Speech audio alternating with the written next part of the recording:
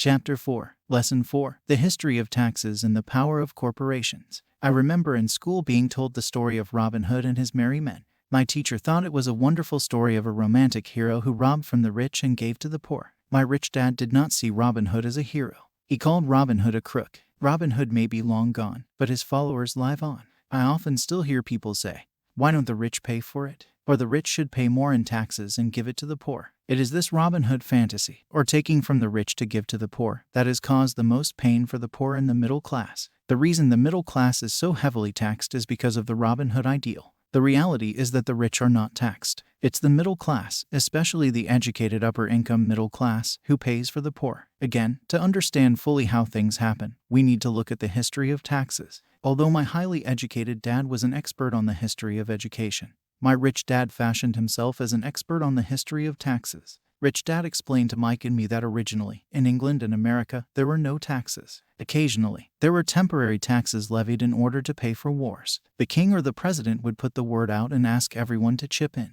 Taxes were levied in Britain for the fight against Napoleon from 1799 to 1816, and in America to pay for the Civil War from 1861 to 1865. In 1874, England made income tax a permanent levy on its citizens. In 1913, an income tax became permanent in the United States with the adoption of the 16th Amendment to the U.S. Constitution.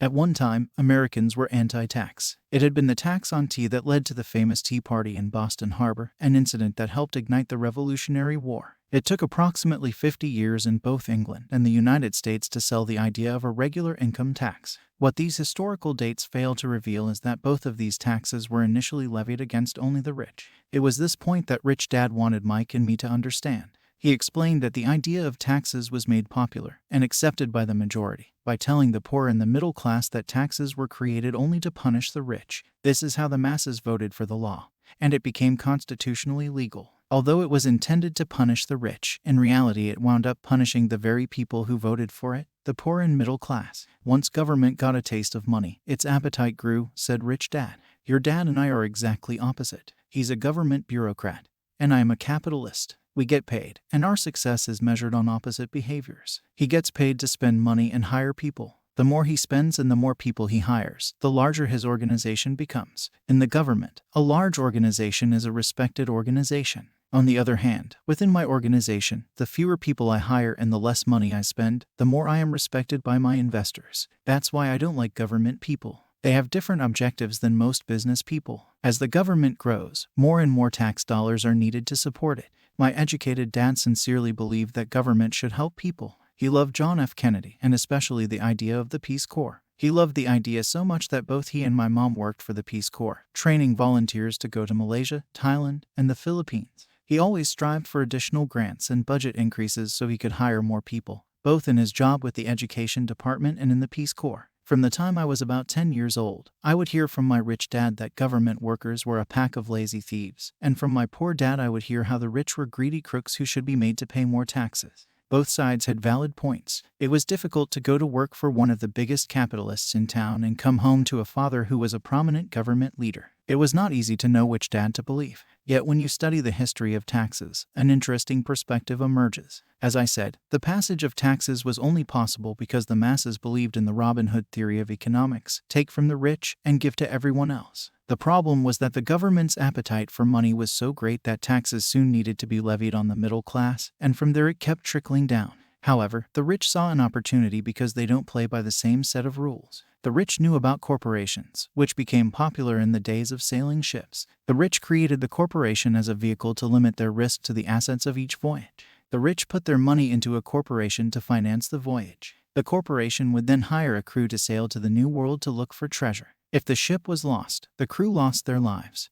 But the loss to the rich would be limited only to the money they invested for that particular voyage. The diagram that follows shows how the corporate structure sits outside your personal income statement and balance sheet. It is the knowledge of the legal corporate structure that really gives the rich a vast advantage over the poor and the middle class. Having two fathers teaching me, one a socialist and the other a capitalist, I quickly began to realize that the philosophy of the capitalist made more financial sense to me. It seemed to me that the socialists ultimately penalized themselves due to their lack of financial education. No matter what the take from the rich crowd came up with, the rich always found a way to outsmart them. That is how taxes were eventually levied on the middle class. The rich outsmarted the intellectuals solely because they understood the power of money, a subject not taught in schools. How did the rich outsmart the intellectuals? Once the take-from-rich tax was passed, cash started flowing into government coffers. Initially, people were happy. Money was handed out to government workers and the rich. It went to government workers in the form of jobs and pensions. And it went to the rich via their factories receiving government contracts. The government received a large pool of money, but the problem was the fiscal management of that money. The government ideal is to avoid having excess money. If you fail to spend your allotted funds, you risk losing it in the next budget. You would certainly not be recognized for being efficient. Business people, on the other hand, are rewarded for having excess money and are applauded for their efficiency. As this cycle of growing government spending continued, the demand for money increased, and the tax the rich idea was adjusted to include lower income levels, down to the very people who voted it in, the poor and the middle class. True capitalists used their financial knowledge to simply find an escape. They headed back to the protection of a corporation. But what many people who have never formed a corporation don't know is that a corporation is not really a thing. A corporation is merely a file folder with some legal documents in it, sitting in some attorney's office and registered with a state government agency. It's not a big building or a factory or a group of people. A corporation is merely a legal document that creates a legal body without a soul. Using it, the wealth of the rich was once again protected. It was popular because the income tax rate of a corporation is less than the individual income tax rates. In addition, certain expenses could be paid by a corporation with pre-tax dollars. This war between the haves and have-nots has raged for hundreds of years. The battle is waged whenever and wherever laws are made, and it will go on forever. The problem is that the people who lose are the uninformed, the ones who get up every day and diligently go to work and pay taxes. If they only understood the way the rich play the game, they could play it too. Then they would be on their way to their own financial independence. This is why I cringe every time I hear a parent advise their children to go to school so they can find a safe, secure job. An employee with a safe, secure job, without financial aptitude, has no escape. Average Americans today work 4 to 5 months for the government just to cover their taxes. In my opinion, that is simply too long. The harder you work, the more you pay the government. That is why I believe that the idea of take from the rich backfired on the very people who voted it in. Every time people try to punish the rich don't simply comply. They react. They have the money, power, and intent to change things. They don't just sit there and voluntarily pay more taxes. Instead, they search for ways to minimize their tax burden. They hire smart attorneys and accountants and persuade politicians to change laws or create legal loopholes. They use their resources to effect change. The tax code of the United States also allows other ways to reduce taxes. Most of these vehicles are available to anyone, but it is the rich who find them because they are minding their own business. For example, 1031 is jargon for Section 1031 of the Internal Revenue Code, which allows a seller to delay paying taxes on a piece of real estate that is sold for a capital gain through an exchange for a more expensive piece of real estate. Real estate is one investment vehicle that has a great tax advantage. As long as you keep trading up in value, you will not be taxed on the gains until you liquidate.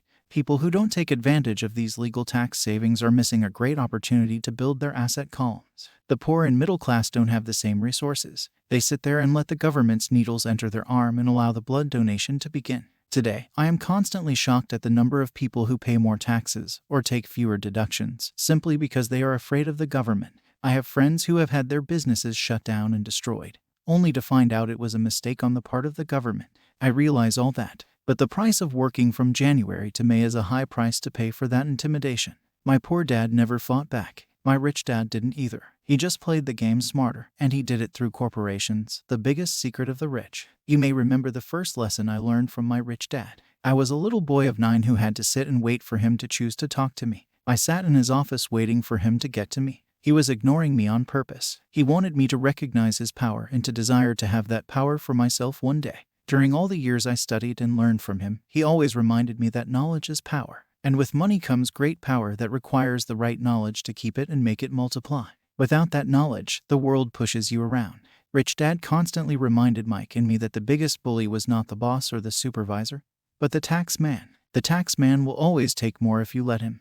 The first lesson of having money work for you, as opposed to you working for money, is all about power. If you work for money, you give the power to your employer. If money works for you, you keep the power and control it. Once we had this knowledge of the power of money working for us, he wanted us to be financially smart and not let anyone or anything push us around. If you're ignorant, it's easy to be bullied. If you know what you're talking about, you have a fighting chance. That is why he paid so much for smart tax accountants and attorneys. It was less expensive to pay them than to pay the government. His best lesson to me was, be smart and you won't be pushed around as much. He knew the law because he was a law-abiding citizen and because it was expensive to not know the law. If you know you're right, you're not afraid of fighting back, even if you are taking on Robin Hood and his band of merry men. My highly educated dad always encouraged me to land a good job with a strong corporation. He spoke of the virtues of working your way up the corporate ladder. He didn't understand that, by relying solely on a paycheck from a corporate employer, I would be a docile cow ready for milking. When I told my rich dad of my father's advice, he only chuckled. Why not own the ladder, was all he said. As a young boy, I did not understand what Rich Dad meant by owning my own corporation. It was an idea that seemed impossible and intimidating. Although I was excited by the idea, my inexperience wouldn't let me envision the possibility that grown-ups would someday work for a company I would own. The point is that, if not for my rich dad, I would have probably followed my educated dad's advice. It was merely the occasional reminder of my rich dad that kept the idea of owning my own corporation alive and kept me on a different path. By the time I was 15 or 16, I knew I wasn't going to continue down the path my educated dad recommended. I didn't know how I was going to do it, but I was determined not to head in the direction most of my classmates were heading. That decision changed my life. It was not until my mid-20s that my rich dad's advice began to make more sense to me. I was just out of the Marine Corps and working for Xerox. I was making a lot of money, but every time I looked at my paycheck, I was disappointed. The deductions were so large, and the more I worked, the greater they became. As I became more successful, my bosses talked about promotions and raises. It was flattering, but I could hear my rich dad asking in my ear, "Who are you working for? Who are you making rich?" In 1974, while still an employee for Xerox, I formed my first corporation and began minding my own business. There were already a few assets in my asset column, but now I was determined to focus on making it bigger. Those paychecks, with all the deductions, made all the years of my rich dad's advice make total sense. I could see the future if I followed my educated dad's advice. Many employers feel that advising their workers to mind their own business is bad for business. But for me, focusing on my own business and developing assets made me a better employee because I now had a purpose. I came in early and worked diligently, amassing as much money as possible so I could invest in real estate. Hawaii was just set to boom, and there were fortunes to be made. The more I realized that we were in the beginning stages of a boom, the more Xerox machines I sold. The more I sold, the more money I made, and, of course, the more deductions came out of my paycheck. It was inspiring. I wanted out of the employee trap so badly that I worked even harder so I could invest more. By 1978, I was consistently one of the top 5 salespeople at the company. I badly wanted out of the rat race. In less than 3 years, I was making more in my real estate holding corporation than I was making at Xerox. And the money I was making in my asset column in my own corporation was money working for me, not me pounding on doors selling copiers. My rich dad's advice made much more sense. Soon the cash flow from my properties was so strong that my company bought me my first Porsche. My fellow Xerox salespeople thought I was spending my commissions. I wasn't. I was investing my commissions in assets. My money was working hard to make more money. Each dollar in my asset column was a great employee, working hard to make more employees and buy the boss a new Porsche with before-tax dollars. I began to work harder for Xerox. The plan was working, and my Porsche was the proof. By using the lessons I learned from my rich dad, I was able to get out of the proverbial rat race at an early age. It was made possible because of the strong financial knowledge I had acquired through rich dad's lessons. Without this financial knowledge, which I call financial intelligence or financial IQ, my road to financial independence would have been much more difficult. I now teach others in the hope that I may share my knowledge with them. I remind people that financial IQ is made up of knowledge from 4 broad areas of expertise. 1. Accounting. Accounting is financial literacy, or the ability to read numbers. This is a vital skill if you want to build an empire. The more money you are responsible for, the more accuracy is required, or the house comes tumbling down. This is the left brain side, or the details. Financial literacy is the ability to read and understand financial statements, which allows you to identify the strengths and weaknesses of any business. 2. Investing. Investing is the science of money making money. This involves strategies and formulas which use the creative right brain side. 3. Understanding markets. Understanding markets is the science of supply and demand. You need to know the technical aspects of the market, which are emotion-driven, in addition to the fundamental or economic aspects of an investment. Does an investment make sense or does it not make sense based on current market conditions? 4. The law. A corporation wrapped around the technical skills of accounting, investing, and markets can contribute to explosive growth. A person who understands the tax advantages and protections provided by a corporation can get rich so much faster than someone who is an employee or a small business sole proprietor. It's like the difference between someone walking and someone flying. The difference is profound when it comes to long-term wealth. Tax advantages. A corporation can do many things that an employee cannot, like pay expenses before paying taxes. That is a whole area of expertise that is very exciting. Employees earn and get taxed, and they try to live on what is left. A corporation earns, spends everything it can, and is taxed on anything that is left. It's one of the biggest legal tax loopholes that the rich use. They're easy to set up and are not expensive if you own investments that are producing good cash flow. For example, by owning your own corporation, your vacations can be board meetings in Hawaii. Car payments, insurance, repairs, and health club memberships are company expenses. Most restaurant meals are partial expenses, and on and on. But it's done legally with pre-tax dollars. Protection from lawsuits. We live in a litigious society. Everybody wants a piece of your action. The rich hide much of their wealth using vehicles such as corporations and trusts to protect their assets from creditors. When someone sues a wealthy individual, they are often met with layers of legal protection and often find that the wealthy person actually owns nothing. They control everything, but own nothing. The poor and middle class try to own everything and lose it to the government or to fellow citizens who like to sue the rich. They learned it from the Robin Hood story, take from the rich and give it to the poor. It is not the purpose of this book to go into the specifics of owning a corporation. But I will say that if you own any kind of legitimate assets, I would consider finding out more about the benefits and protection offered by a corporation as soon as possible. There are many books written on the subject that will detail the benefits and even walk you through the steps necessary to set up a corporation. Garrett Sutton's books on corporations provide wonderful insight into the power of personal corporation. Financial IQ is actually the synergy of many skills and talents. I would say it is the combination of the 4 technical skills listed above that make up basic financial intelligence. If you aspire to great wealth, it is the combination of these skills that will greatly amplify your financial intelligence. In summary, as part of your overall financial strategy, I recommend that you learn about the protection that legal entities can provide for businesses and assets.